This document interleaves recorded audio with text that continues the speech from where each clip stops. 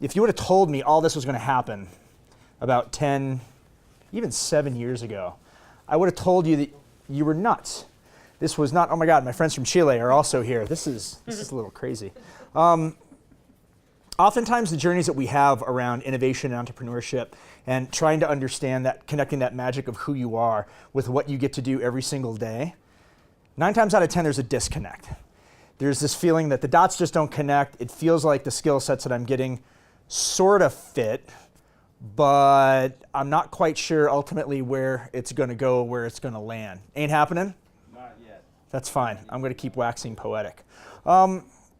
So a little bit about my background, and then I'll catch up on the fancy pictures when we get there. So when I say that oftentimes the things that you do don't necessarily connect with the path that you're on, when I was a little kid, I had really debilitating asthma and allergies. I couldn't really go outside till I was about 8 years old. And when I share that with you, it's not kind of like what you think about these days with kids with childhood asthma, where yeah, you carry around a little inhaler and you take a little puff off of it, you get a little wheezy, and that's as far as you go. I truly couldn't go outside and play when the pollen count was above a certain point. If the house got too dusty, that sent me to the hospital. My mom's favorite was if I actually touched a piece of cheese, physically touched a piece of cheese, or like slapped one of those Kraft singles on my face, which, you know, all little kids like to do. Maybe that was just me. That would actually send me to the hospital as well, because I'd actually have an allergic reaction that would lead to anaphylactic shock. So the doctors were pretty adamant with my parents that this little boy will never ever be able to go outside. He will never be able to play like a normal kid. You know, make plans, help him understand that his life will never be one of those normal lives that the little kids want to have. But my parents, thank God I got the parents that I got, because they really started looking for different ways to address this issue. One of the first things that they started doing, with sort of the doctor's blessing, they said, you know, well, if in summertime is when all the allergens are out, wintertime is really the time that he should go outside, because the colder it is, the less allergens there are outside. So when all the other little kids were getting pulled inside during snowstorms and during really bad weather, I was getting bundled up in 3 snowsuits and getting shoved out the door to go roll around in the snow. And so whenever people ask me, how did you build this tolerance and train for all these big international expeditions, I would tell people all the time that, yeah, it's my mom throwing me outside in a snowsuit really is what started it. And so I think it begs this question of some of the first questions that we ask ourselves when we're young, right? The things that we're most passionate about straight out of the gate. So kids have these ideas of what they want to be, right? So give me some of the things that you thought about when you were kids of what you wanted to be when you grew up. What did you want to be when you grew up? Or maybe you're still trying to figure that out. Architect. Architect, okay, that's a good one. Any astronauts, doctors, firefighters, cops? What did you want to, I'm curious, Peter. What did you want to be? Billionaire. Billionaire? Yeah, well, you're well on your way, partner. Yeah, he's the president of our class, pretty much, so in case anybody's wondering. And for me, it was no different. I definitely had the same type of thoughts, but mine came in kind of a different way. Because I really couldn't go outside, my dad had these collections of National Geographic magazines, and pretty much what I could do, being a sick little kid, I just kind of became a voracious reader. I pulled down every magazine I could get my hands on. I'd carry a stack of them. Hey, no, yep, is that me? Yep. There you go. That's it. 1 second. Sorry. Sweet. Sorry. And I'd carry them into the bedroom, and I'd literally just start flipping through the pages, looking at articles from these places all over the world, recognizing that it would be like going to the moon for me. These pictures from Africa, from Madagascar, from all these different places on the planet. And one day I came across an article about the first American expedition to Everest. And it turns out that the first American to Everest, Jim Whittaker, also had really bad asthma and allergies. And the article in National Geographic actually talked about it. And I remember being an 8-year-old kid dragging this magazine into my parents' bedroom, pointing to the picture of Jim Whittaker and saying, this guy has what I have. And he climbed Everest. And look, the article talks about Jim Whittaker, and my mom laughed so I couldn't pronounce his name. I called him Whitter. Jim Whitter, parents actually took him up around Mount Rainier, had him swim in Lake Squamish, had him do all this other stuff. This is what I want to do. I want to be a mountain guide. I want to climb Mount Everest. So even as an 8-year-old, whenever anybody would ask me, that question that all little kids get, right? what do you want to be when you grow up? I'd say straight up, I want to be a mountain guide. I want to climb Everest. Now think about that for a minute, right? Are you an architect?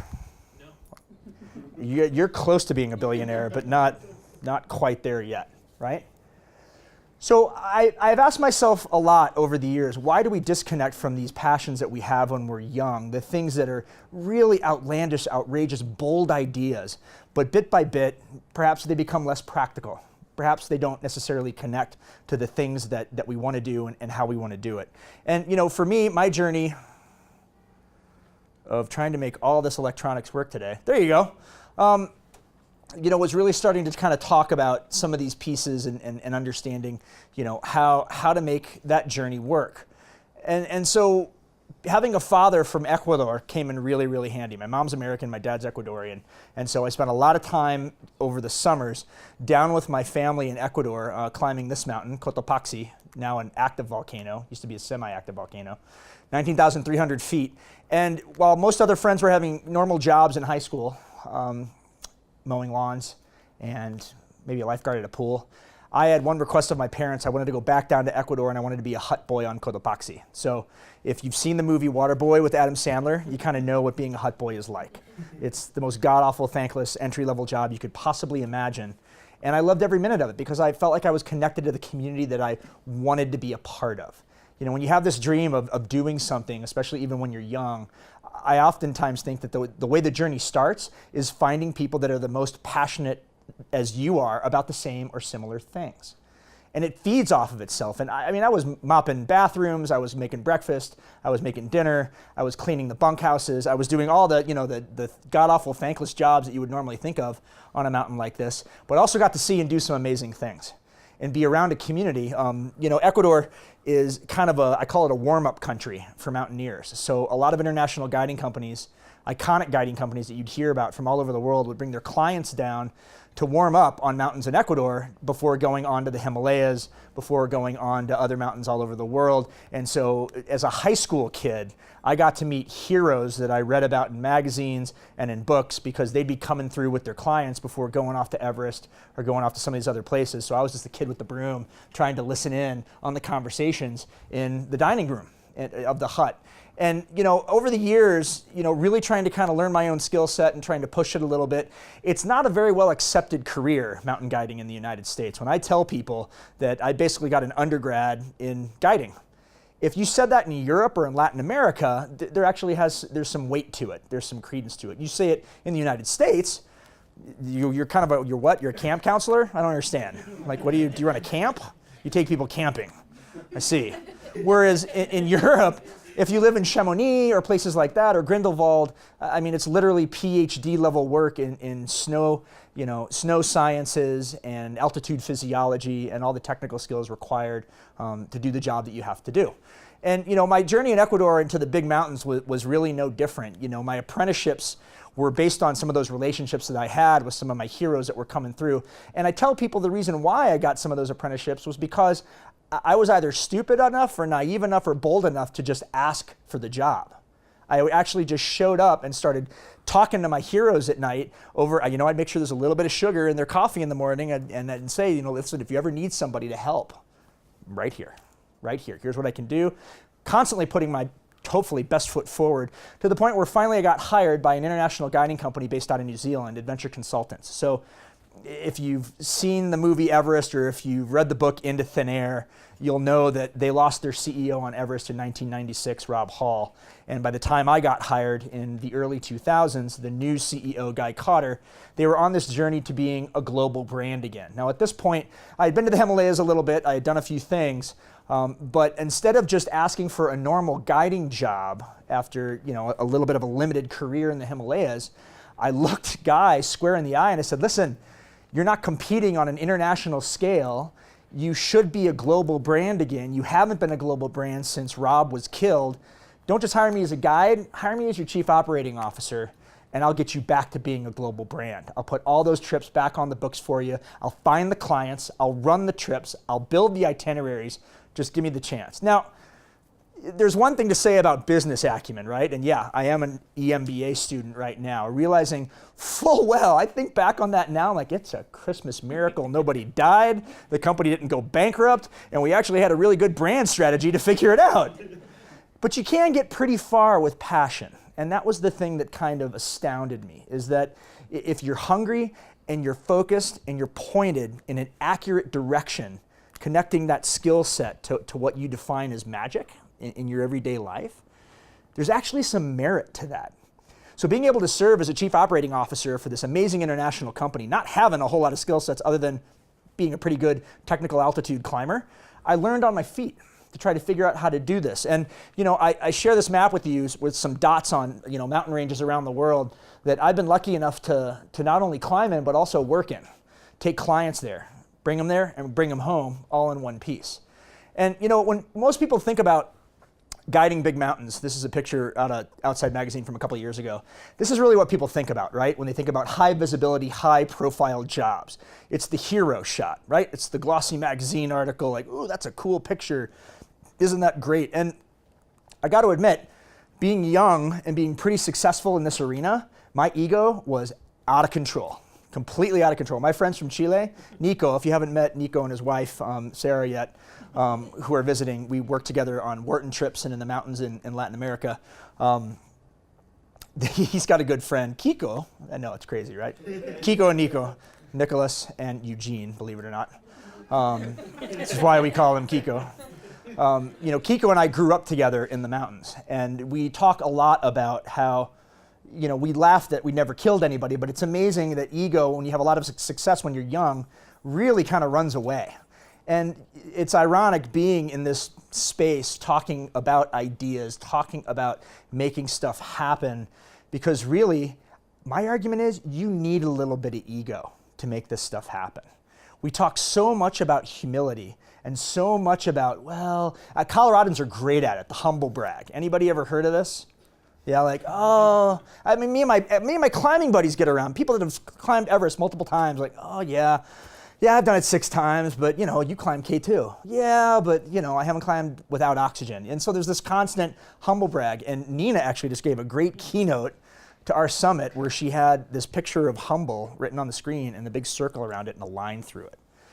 I think if you're proud of what you do and you have a capacity and a capability to be the best at what you do, humility needs to kind of drop a little bit. And I know that's a little against the grain with what people think and say, but I believe that dropping the humility and elevating the ego a little bit can drive you towards believing that you can do it when you might not be fully capable. That comment, fake it till you make it, you hear a lot, and we chuckle. But when it comes to gender demographics and some of those different pieces, men are underqualified normally when they get the job. Women are overqualified when they get the job. And I always try to figure out where ego falls in that equation. And, stuff like this is always fun, but, the reality of it is, and I tell people this all the time, kind of tongue in cheek, high altitude guiding or running a company is like any other job. It's just helping people manage their baggage, literally and metaphorically. I mean, how often do you find yourself working with teams where you feel like you got to drag somebody along, you got to elevate somebody that's not cutting the mustard, or you feel like they're dead weight, or you feel like you're dead weight and you don't know how to translate the fact that maybe you need a little help. And so understanding how to work all those those interpersonal dynamics into this equation was definitely something that I learned at a kind of a really young age. And I also got to work with really interesting staff. And I don't know if anybody's ever worked with donkeys before. Anybody in the room ever worked with donkeys before? No one in this room. Yeah, I was like, come on. I'm kind of trying not to make eye contact. I'm like, I know you guys have been in Aconcagua. Come on. And it was really one of those journeys that when I started out thinking I wanted to be a mountain guide, nobody told me I was going to have to become a mule driver and a donkey whisperer to actually run some of the expeditions that I needed to run. It's all these skill sets that happen around that big idea that I think are the ones that actually build and paint a bigger picture of what's possible. So, the journey through the 7 summits was kind of all over the place, going from Aconcagua, this is the highest mountain in the southern hemisphere on the border of Chile and Argentina, spending a lot of seasons down there and really trying to understand what high altitude physiology was like, and also, what happens when viento blanco shows up, the white wind, and people come out of storms that look like that with fingers that look like that. Or especially after this one specific storm, when we came around the corner after the storm was over with going to high camp, we saw that, which was 2 Belgian climbers that fell in the storm, died of exposure, and were so frozen to the ground they had to be buried where they fell. You know, all of a sudden it dawned on me as a career professional, is this is all I ever wanted to do with my life, was to be a mountain guide, realizing that the ramifications that could happen if I wasn't paying attention to effective communication and impactful leadership. That was the end result. That's what was possible. And you know, that's kind of a sobering moment, especially for a 20-something-year-old guide. And you know, the way the lesson for communication really got driven home was in the form of a Valentine. So let me just bear with me for a second.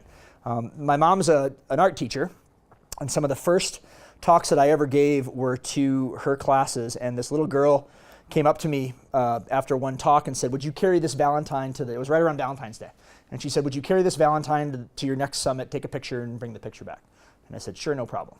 And I took this picture on the summit of that expedition, and it's a Charlie Brown quote. I don't know if you can see it. She spelled lose wrong. She spelled it loose. So I had to cross out one O. As a little kid, I know, right? How can we lose when we're so sincere?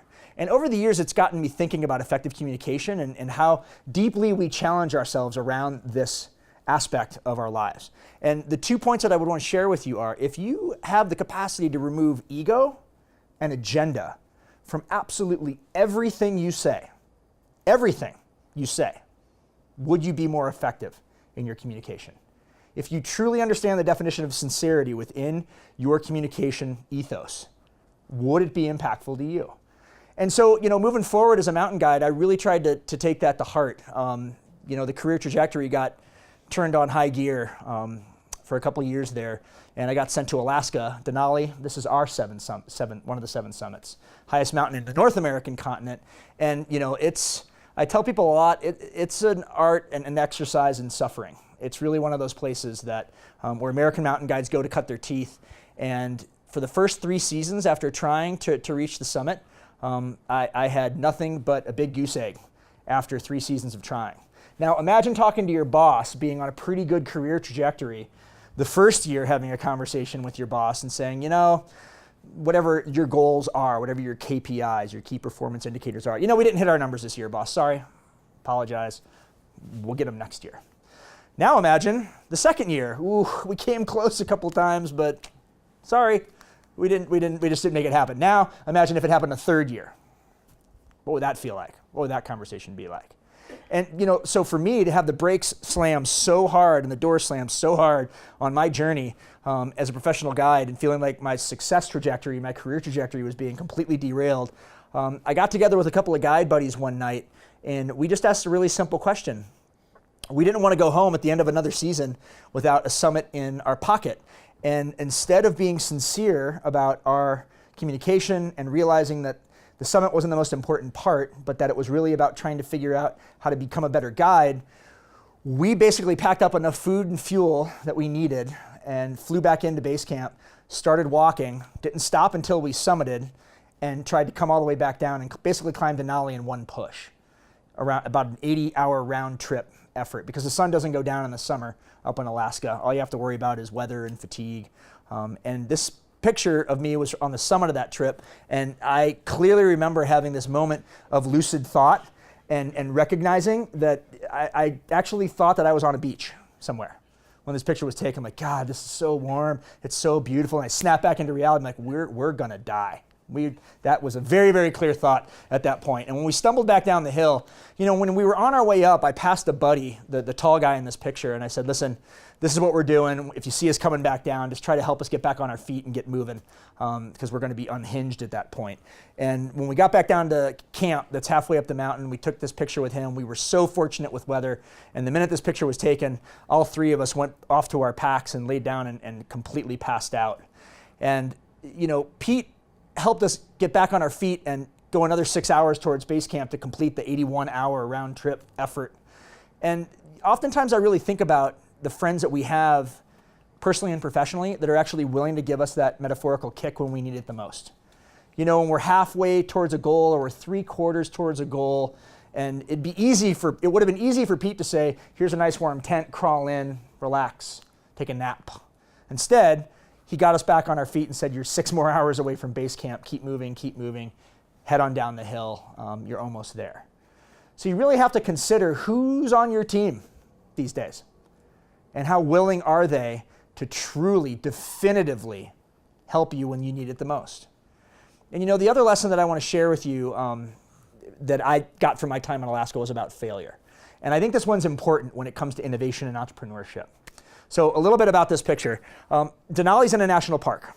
And because it's in a national park, there are rangers stationed halfway up the mountain that sort of check all the teams that come back down the hill. So if you've summited, if you didn't, anybody got frostbite, anybody sick, blah, blah, blah. They keep a registry. And so this is Daryl, who's an Alaskan ranger on the mountain. And a little bit of something about Daryl. Daryl is from Talkeetna. Daryl can't sing, and he can't play the guitar. Okay?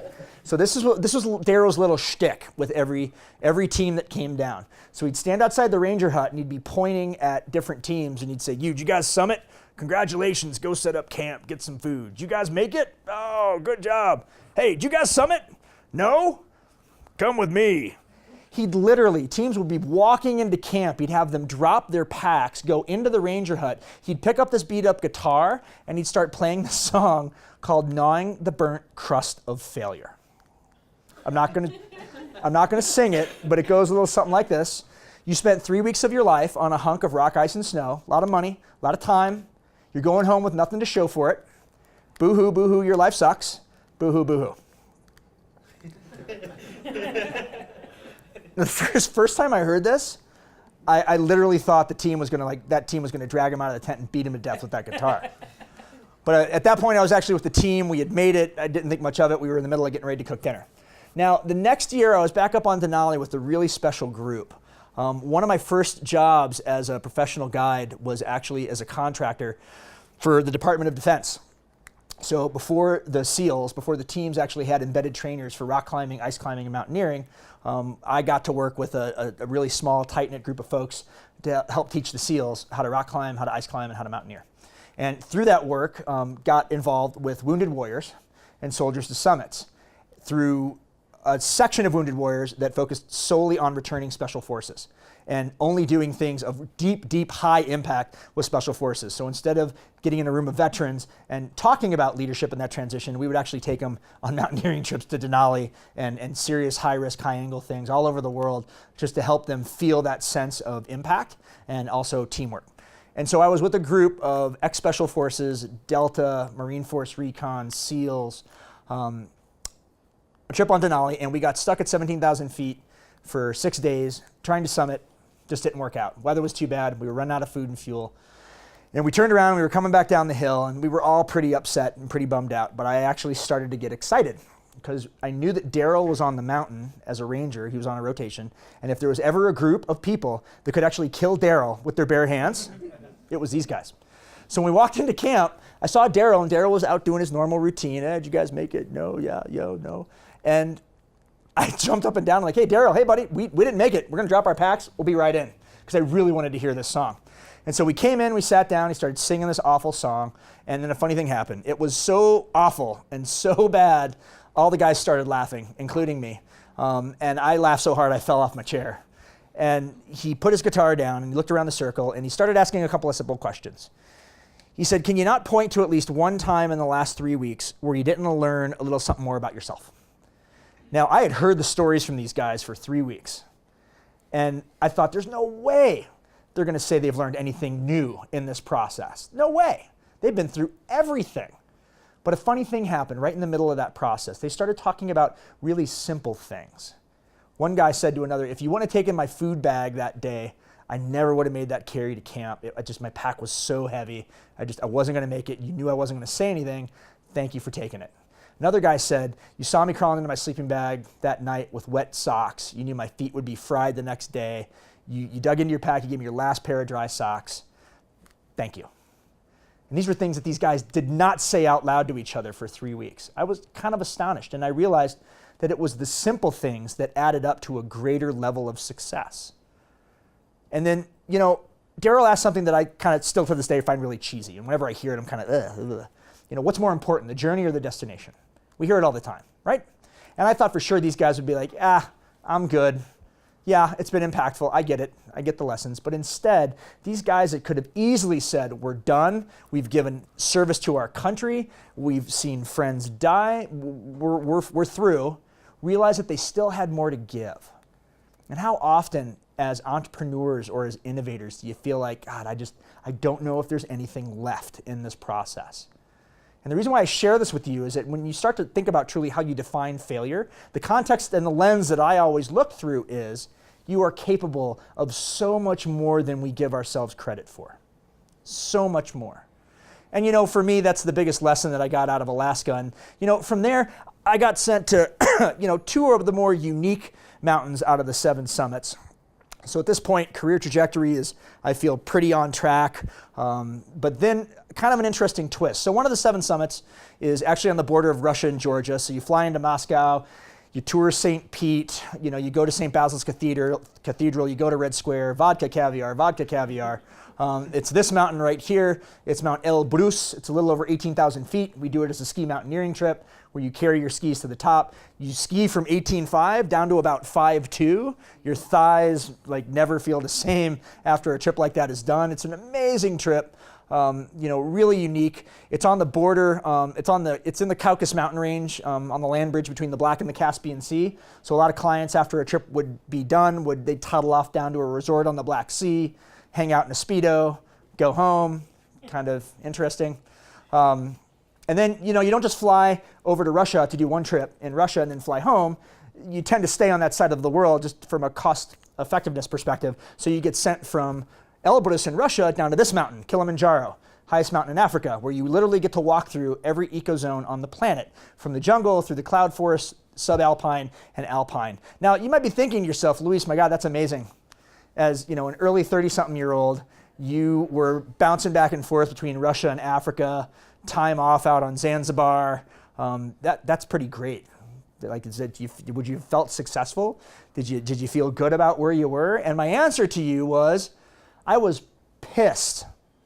I was really upset with my boss for being here because as a professional guide, this is where guides go to die. This is where guides go to retire. This is where you go to drink vodka, eat caviar, hang out on Zanzibar between trips. You carry a really light pack. All my other guide counterparts were in their 50s. Some of them were in their early 60s. I literally called my boss and said, did I do something wrong?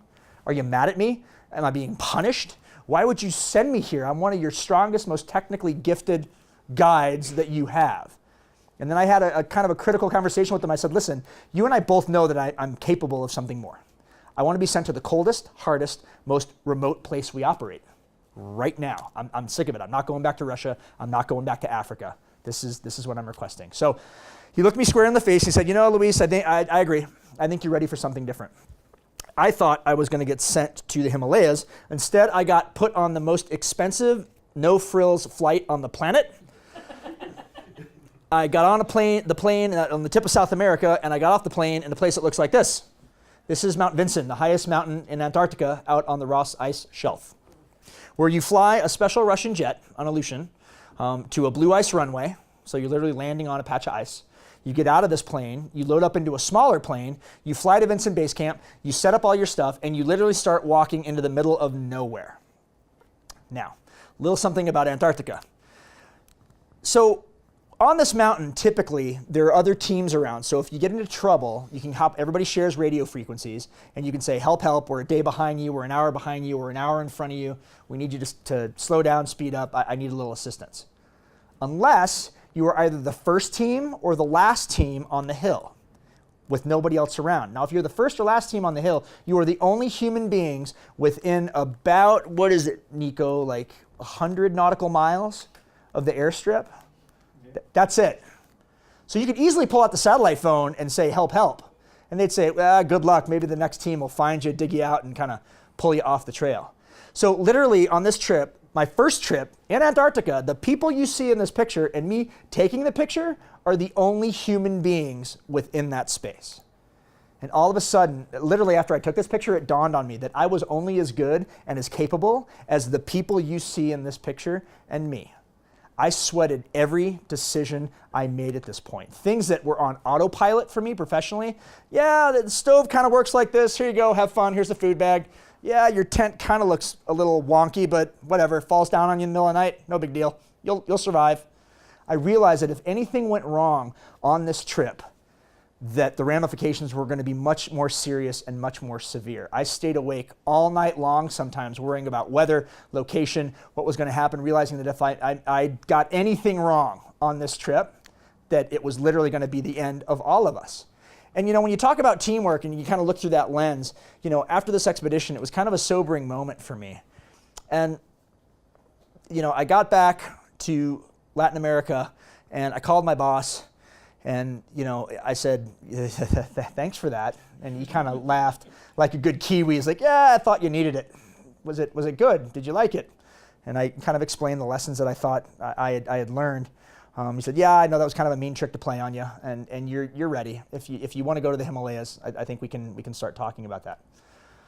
I actually chose to stay in Antarctica for another 2 seasons because I realized then that I wasn't ready. That I truly didn't have all the skill sets that I needed, that if nobody else was around and we were deeply in trouble, especially in the Himalayas, that I was just then, after all those years, beginning to truly understand and learn how to handle it.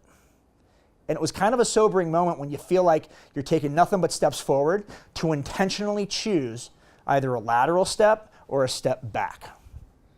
How often are we faced with those things and you think, that's not progress?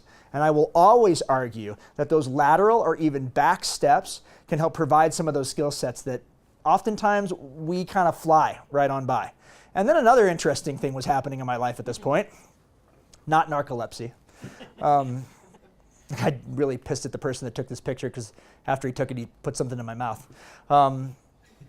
Professional fatigue. Anybody heard of that ever? Especially as entrepreneurs? Just like I've been doing the same thing. I've been launching towards the same thing for so long.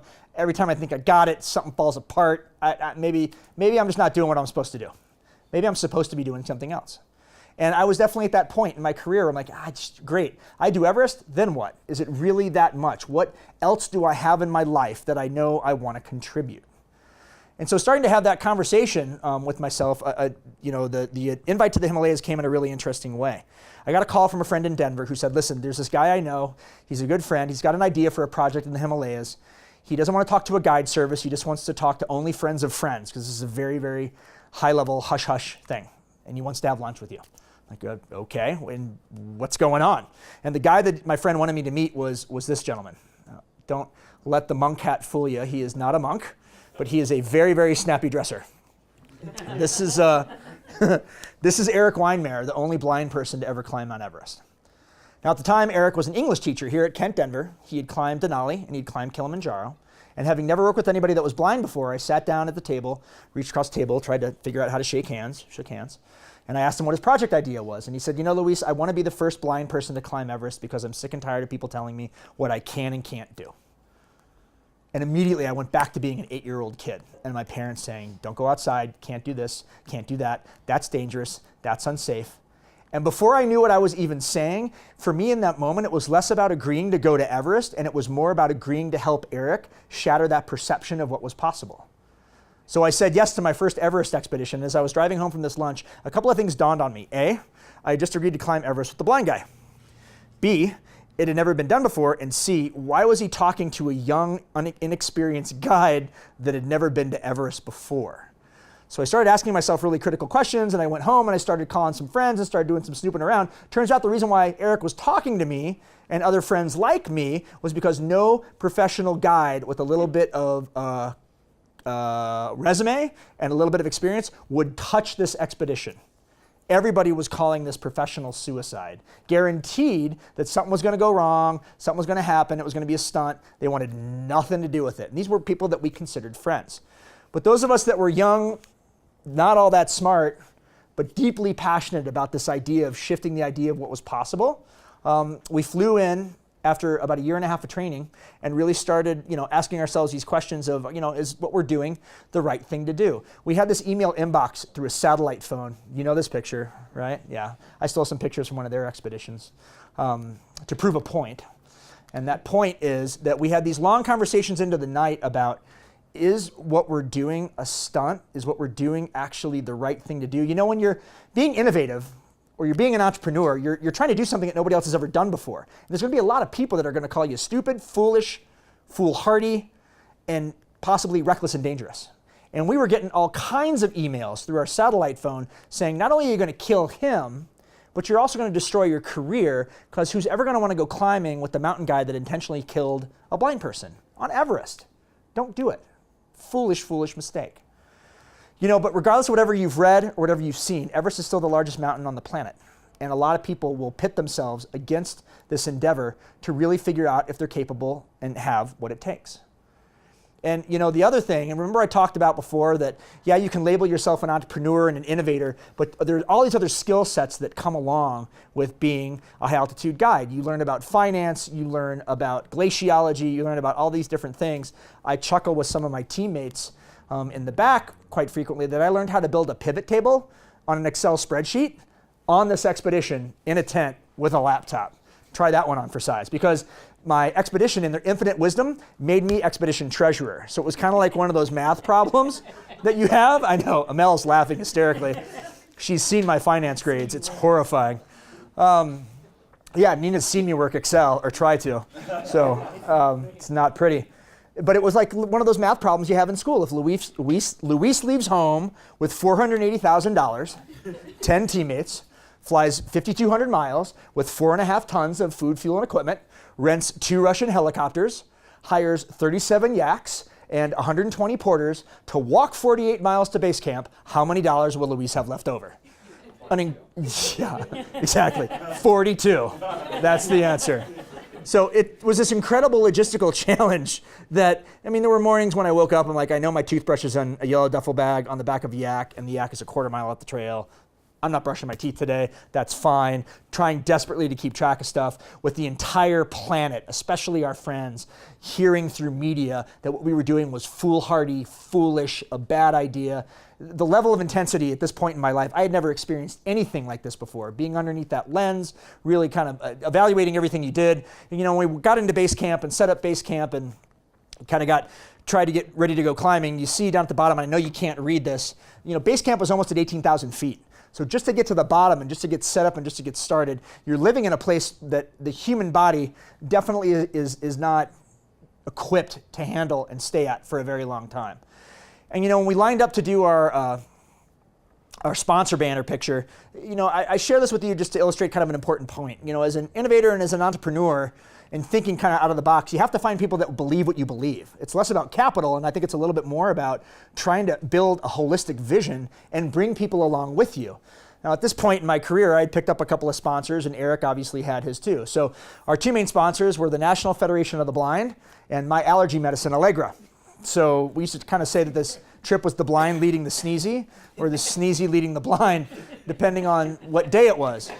But the other thing we did is we intentionally packed 20% more of food and fuel because we wanted to host these potlucks with other teams in base camp. We wanted to actually share, kind of like you would for a happy hour for a startup these days, except on Everest base camp, because we wanted people to know that we weren't nuts, our intentions were good, we kind of knew what we were doing, and this was the thing that we were trying to do.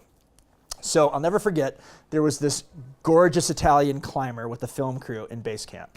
All the guys were just unhinged whenever she would walk by.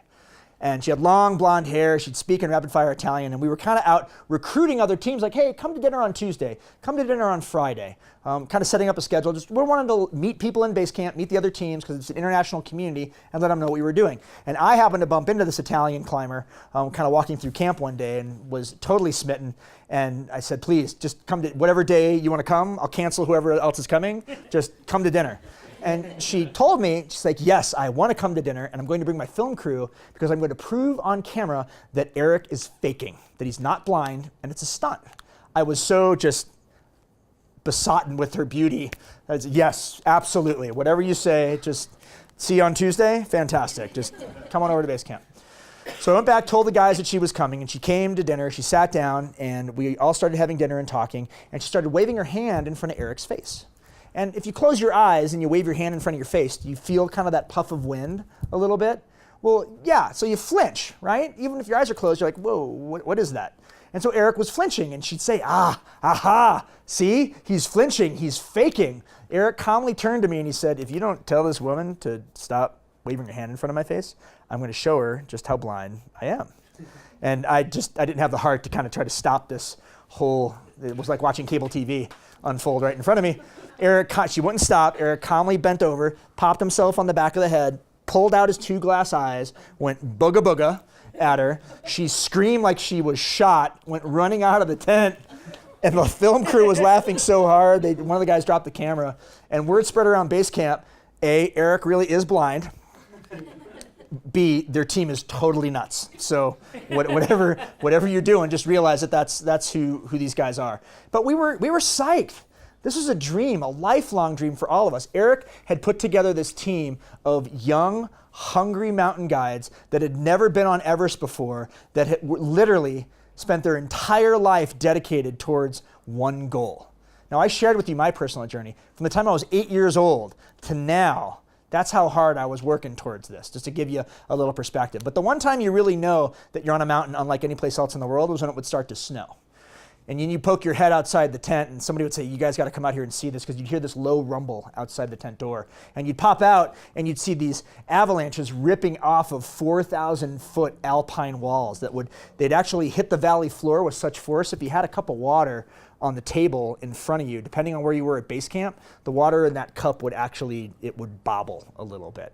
And I'm sure most of you have read about the avalanche at base camp a couple years ago that killed a lot of people, a lot of friends, and decimated a lot of companies because of the earthquake and the subsequent avalanche.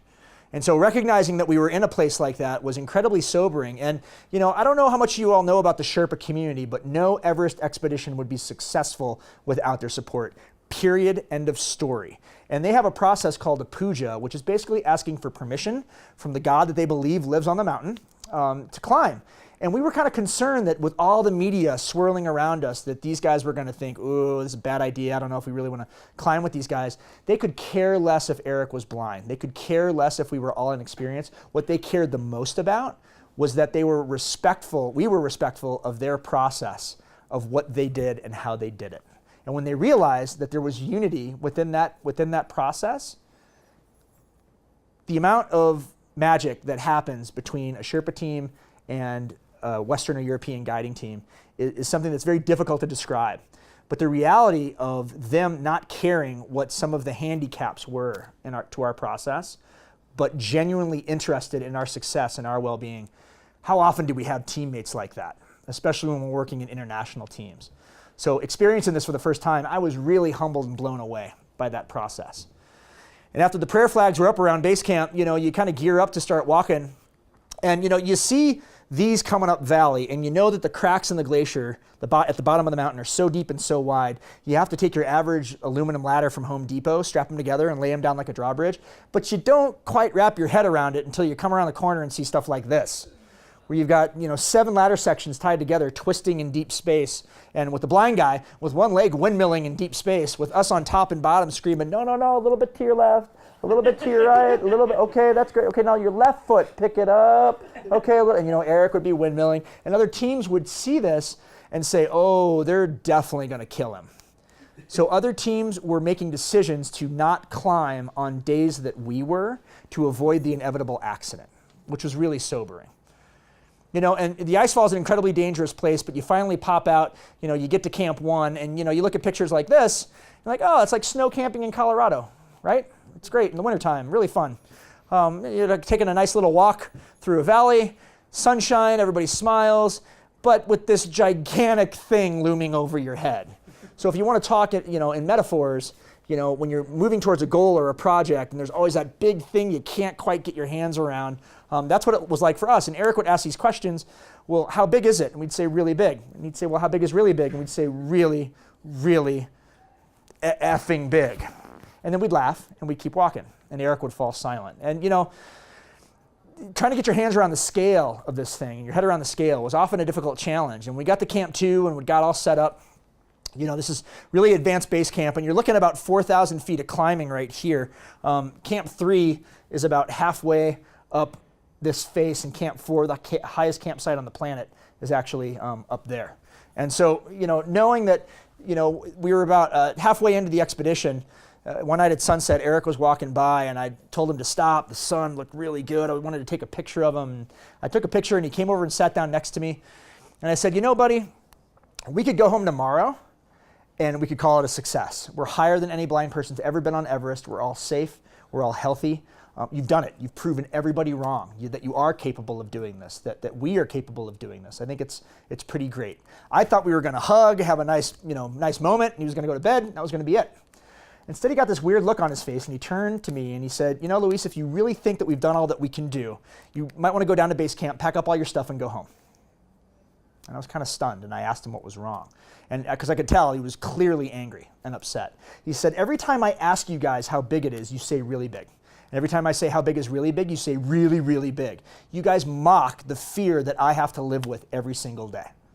Every single day I have to wake up and find a way to make the impossible possible. While you guys are just living the lifelong dream and talking all about how psyched you are to go to the top, I have to rely on you for every move I make, and I have to live with this fear constantly. So until you can answer how you make the impossible possible, I don't want you leaving Camp 4, because that's what I have to live with every fucking day. And he stormed off to his tent.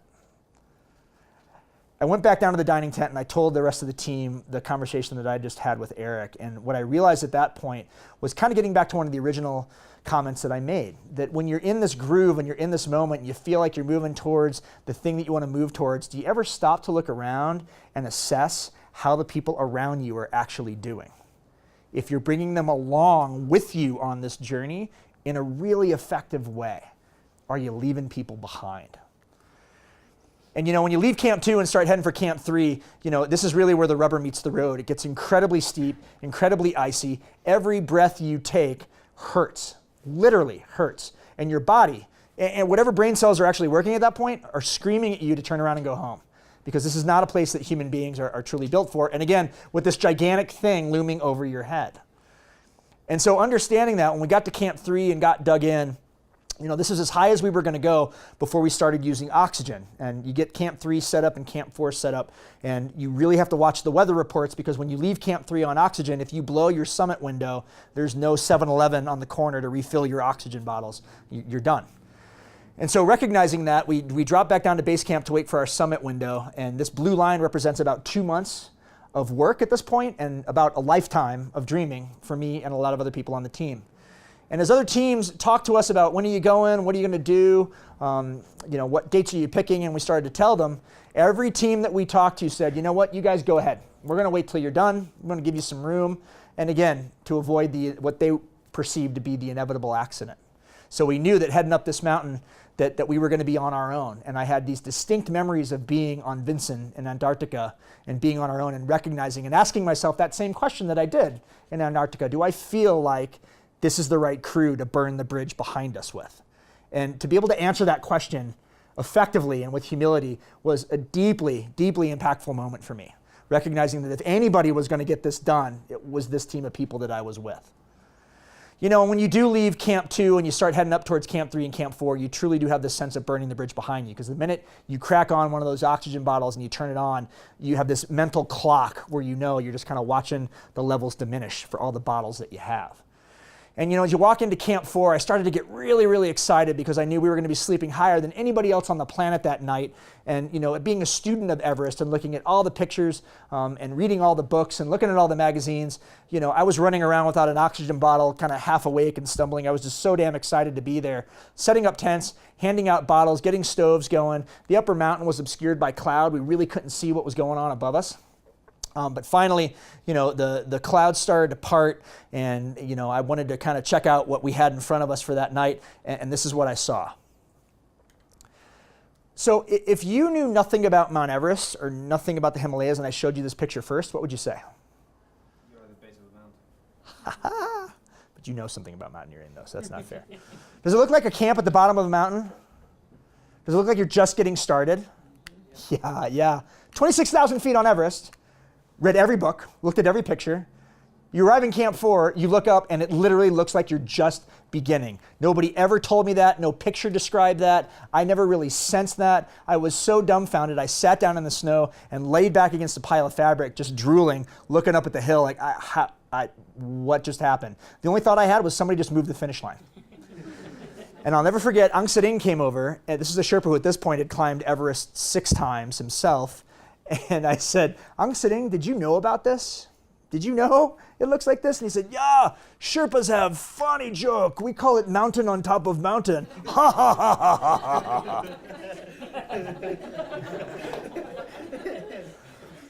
And so he finally said, Luis, you got to get up and move. Come on, crawl in the tent, have some tea.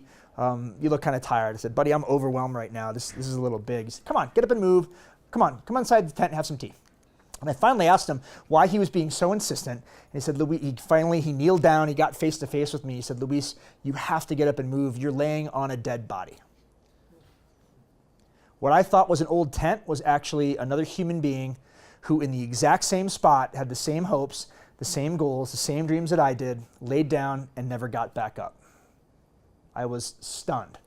Got to my feet, scrambled backwards, crawled into my tent. All my buddies were taking pictures of each other and laughing on the radio down below, and I lost it. I said, there's a body 3 feet away from our tent.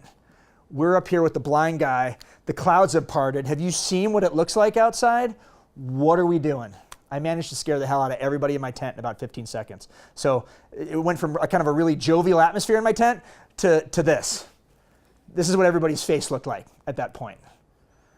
And you know, how often do we scare ourselves and each other like, oh my God, this is bad. Everything's bad. Really, really bad. Do you know anybody like that? It's like whenever they show up, like, it's bad. We're all going to die. It's really, really bad. That was me at that point. And so knowing that, you know, right at that moment, Eric calls me from his tent. Luis, would you mind coming over here for a minute? And I knew the conversation he wanted to have because he had had it with all the other folks kind of going up to Camp 4. Do I believe that the impossible is possible? Where am I in that process personally for our summit attempt? And so what do you do when the boss calls you into the office, right? You put your game face on, go over to the tent. So I put my down suit on, unzipped the tent door, crawled over to his tent, unzipped his door, and this is what I saw. Now, you're already kind of cuckoo from living at 26,000 feet, but here's how my mental process went. Guy on the left can see playing cards. Guy on the right can see playing cards. Blind guy in the middle playing cards. I literally did 3 laps around the block mentally. I'm like, why is the blind guy playing cards? And he finally said, would you mind crawling in here and hanging out? I think these guys are cheating. What I found out months later was that he heard my conversation in my tent scaring the hell out of everybody. He heard my conversation with Aung sitting over the body. He asked the guy to the left to pull out a deck of cards and stage that just for me, to shift my mental paradigm. Only a friend, right? And so I crawled in, I sat down next to him, and I said, you know, hey, buddy, how's it going? He said, yeah, well, how are you doing? And I lied through my teeth. I'm good, we're good, it's good. I'm ready to go. I'm going to go have some soup, take a nap. We'll be ready to go tonight. He said, no, I heard your crack about being up here with a blind guy, and it sounds like there's a body outside your tent, and it sounds like it looks kind of hard up above. And I lost it all over again. And I said, yeah, I don't know right now. And he said, you know that question that I've been asking everybody, and I asked you at Camp 2. He said, yeah, if you ask me that right now, I'm going to stay here. You guys go, I'll be your support team, I'll stay at Camp 4. And he said, would it be helpful if I tell you how I make it possible living with you jokers every single day? How I make the impossible possible. And I told him I was all ears. He said, tonight when we go for the top, believe in me as much as I believe in you. Tonight when we go for the summit, believe that I am just as capable as getting this done as I think that you are. And maybe, just maybe, we'll get this done. How many agendas do we carry with the people around us? Like, Peter's good, but man, him in marketing, ooh, I don't know. I'm going to have to carry the water with that one. How often do we actually get out of our own way and say out loud, yeah, you know what? I deeply believe that you are just as capable as getting this done as I am. And I'm going to hand you that faith and that confidence. You know, I wish I would have had a map outside my tent door that night to describe what we were going to be up against, but instead all I had was this. Eric also knew it was going to be doubly hard for me that night because I was going to have to walk over the bodies of my first two bosses who perished in '96 on Everest. Scott Fisher, who owned Mountain Madness out of Seattle, and Rob Hall, the original CEO of Adventure Consultants, who was still about halfway up the mountain. You get up at 10 o'clock at night, start going for the summit, and I had climbed all over the world. I had spent a lot of years in Antarctica. I've never experienced cold like cold on summit night on Everest. And finally, after a freak storm about 1 o'clock in the morning, as the sun started coming up around 5 over Tibet, it was the best sunrise you'd ever see because heat's coming right along with it. And this is actually a picture, and you can't quite see it. That's the moon setting behind and the sun rising in front of Everest, and that shadow is actually the shadow of Everest herself. All those big, gigantic Himalayan mountains, that's how high we were at that point, well over anything else. And nobody was angling to summit with Eric. It was sort of whoever's voice and throat wasn't shot from pulling down their mask and screaming at Eric where to step. A lot of us joked that we climbed Everest the first time half on oxygen because the mask was kind of dangling around our necks because we had to talk to him so frequently. And at this point, another guide, Chris, said, my voice is shot. Luis, step in, take over. And it's really kind of left foot, right foot, breathe in, breathe out, way, way above Camp 4. And at this point, Eric's line of questioning kind of shifted to, how close are we? Are we there yet? How close are we? Are we there yet? And, having never been on Everest before, but losing sense of all time and space because you're climbing through the night, I said, buddy, people are congregating on top of this bump. They're changing oxygen bottles. We got to be close. Let's get on top of this thing and let's see what we see. Got to the top of what turned out to be the South Summit, and this is what I saw. The final piece of real estate on the planet. I stopped so dead in my tracks, Eric ran right into the back of me. Now, looking at this piece of terrain with the jet stream wind screaming from Nepal over into the Tibet side, with only a couple of Sherpas out in front of us, I could have easily said exactly what I was feeling. I was scared out of my mind, not quite sure how we were going to get this done, being so far in front of the rest of the team. And Eric asked me a question that he had asked a million times before on this trip. What does it look like? But here's where my perception shifted and my paradigm shifted. I turned around, I pulled down my mask, I grabbed him by the shoulders, said, buddy, it's a cakewalk. You got it. We're there. Another hour and a half, we'll get this done. Believe in me as much as I believe in you kept ringing through my head. I had no idea how we were going to get this done because everything in every cell is screaming to turn around and go home, especially being scared about technical terrain and only seeing a couple other human beings out in front who seriously could not help at this point. And as we left the South Summit and started moving towards the main summit, we started to get really excited because after you get over the Hillary Step, which is about 40 feet of vertical rock climbing at 28,000 feet, it's somewhat of a home stretch. And Eric started asking, is the rest of the team close? Where are they? And I'd turn around and I'd see people on the ridge. And I'd say, buddy, I think they're close, but our radios are getting interference. I can't really talk to them. I'll never forget when we got to the top of the Hillary Step, oops, I did it again. We got interference from a radio station in Tibet. And so a Britney Spears song came on our radios. It was very, very surreal. So we were all standing around at about almost 29,000 feet listening to Britney Spears. Whenever anybody asks me what the true definition of teamwork and friendship and breaking accepted paradigms looks like, I try to show them this picture. This picture hangs in my office to this day. It's every single Sherpa and guide waiting at about 28,000 feet for Eric to summit. So that promise that if Eric couldn't do it, that we were there for Eric, that was the reason why we were there. If he wasn't going to go, we weren't going to go either. And eventually, you come around a corner and there's no place else to go. People do often ask me, Luis, you summited with Eric, you came back down, yep, still 10 fingers and 10 toes. What's between the ears, I think, works reasonably well. Why would you ever choose to go back and do these things and, to the job, current state, working for Governor Hickenlooper, overseeing the entire outdoor industry economy for the state? Why is it so important? Why do these things matter? What do these things provide not only to our economy and to the level of jobs that we have in the state? How does it all connect? And I could stand up here for hours and tell you about stories that I feel are personally inspirational and things that I've been able to experience. But the thing I want to leave you with, a couple of key points. The first point is, I don't think that ability to drive and deliver comes from you as an individual. I believe it comes from all those special little moments you share with the people around you every single day. It's that person to your left and right that you get to work with and absorb experiences with on a daily basis. It's those memories of the heavy lifting, the weird moments, the fun moments. Those are the things that I truly believe galvanize a process that define what kind of a future could be possible. And you know, for the outdoor industry, for everything that we do globally, these questions are ubiquitous. How do we handle and take care of our natural resources to drive an economy, but also provide a legacy for understanding how these things interconnect with growing grit, tenacity, determination, leadership? I think these are the questions that I wrestle with, but also I think these are the things that literally and metaphorically somewhat lift us up. So the point I'm going to leave you with is this, because I think this is something that we all need to think about on a daily basis. So this is Aung Sitting, one of my very, very best friends, right up until the time he was killed on the avalanche, in the avalanche on Everest 2 years ago during the earthquake. But after every trip that we worked together, I was always really excited to go spend time with this man, his father.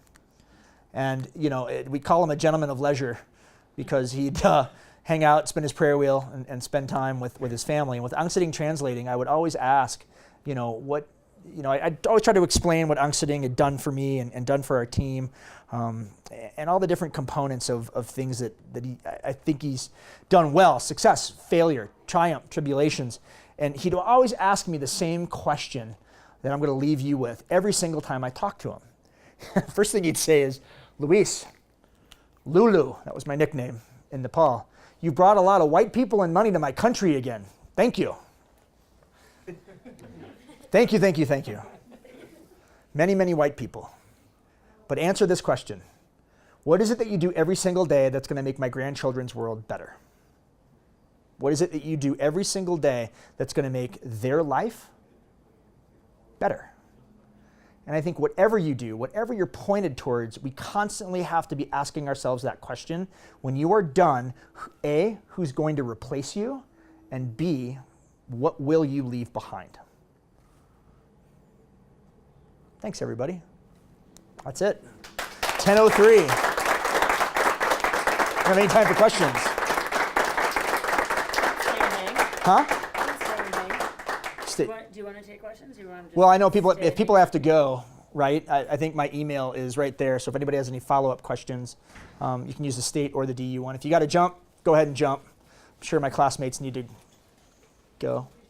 No one's jumping, dude. Yeah, like $20 an hour. It's great. If anybody wants to help, that'd be great. Thank you. Any questions, comments? Are you planning on going back? No. Never? No, not never. No plans right now.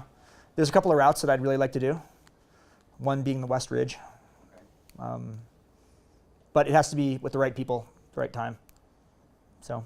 I was going to do Lookout Mountain. Can you do it? Yeah, sure, for you, buddy. Anything. We can't even get together to do a 14er in our class. We're somewhat dysfunctional in that way. It is. It's a time commitment. At the end of your presentation, you talked about how he asked you, what are you doing in order to make This is mine. his grandchildren's life better every single day? What's your answer to that question? Damn you, Andy. This is a totally different talk.